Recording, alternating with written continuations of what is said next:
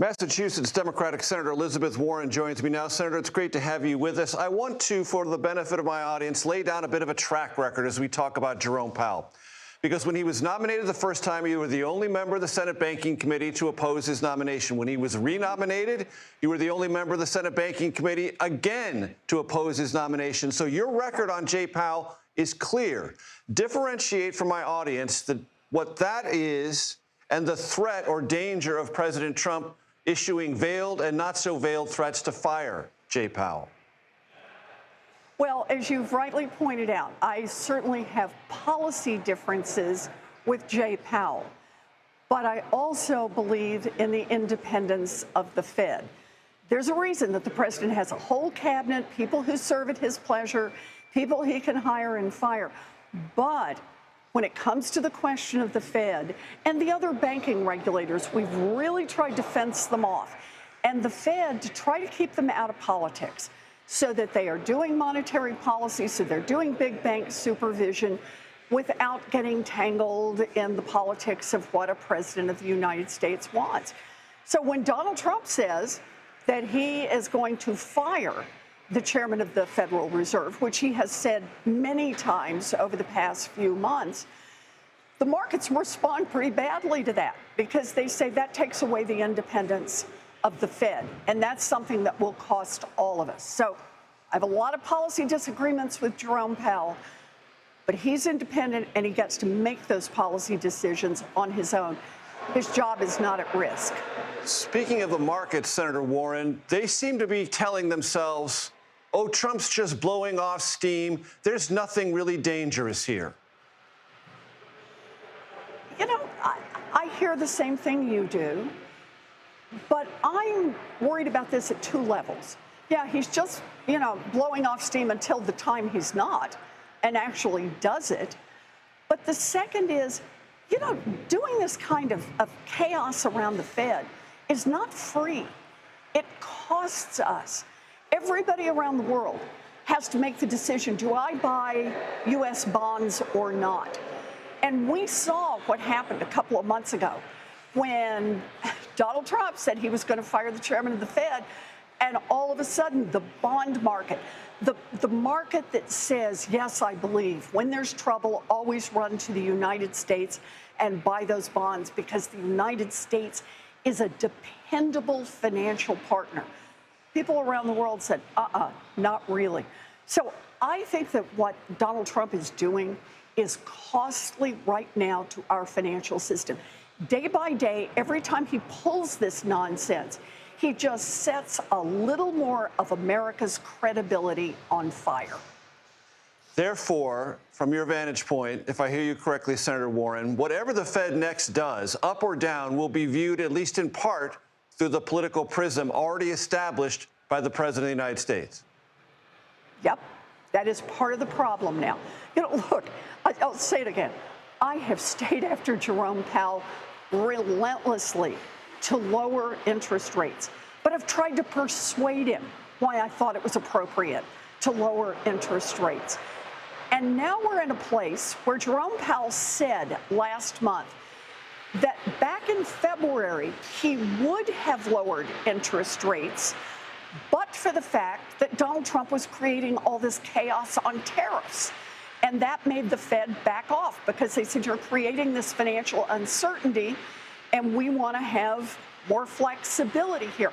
And just pause for a minute, because what that means is that every family in America that has a credit card or car loan or other kinds of short-term credit has paid more money over the last 6 months because one man, Donald Trump, created enough chaos that the Fed kept interest rates high. And now what Donald Trump wants to do is put the chairman of the Fed in a political box so that no matter which way he turns, people across the country, investors around the world say, whoa, do we have an independent Fed or not? Or is this just one more arm of Donald Trump's chaos? And we pay a price for that.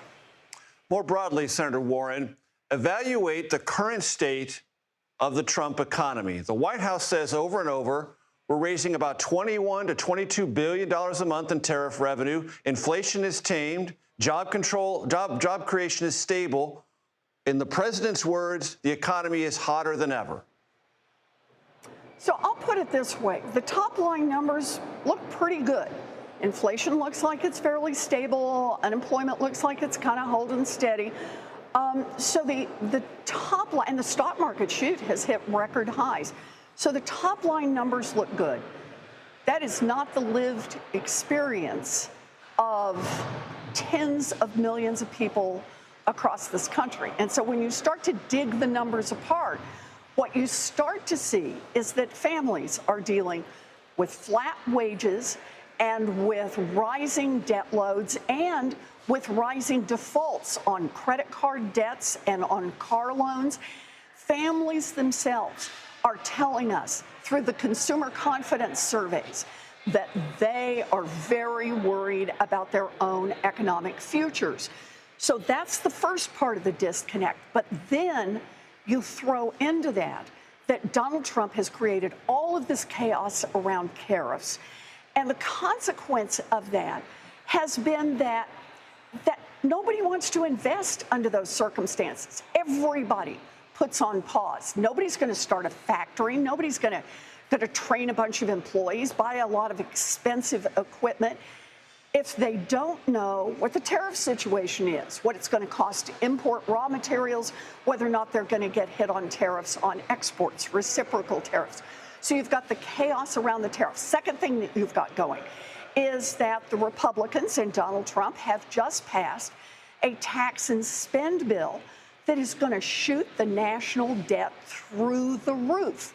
And they're not doing it to do things like to build roads and bridges that will increase productivity. They're not doing it to invest in childcare so that more mamas and daddies can go back to work. Nope.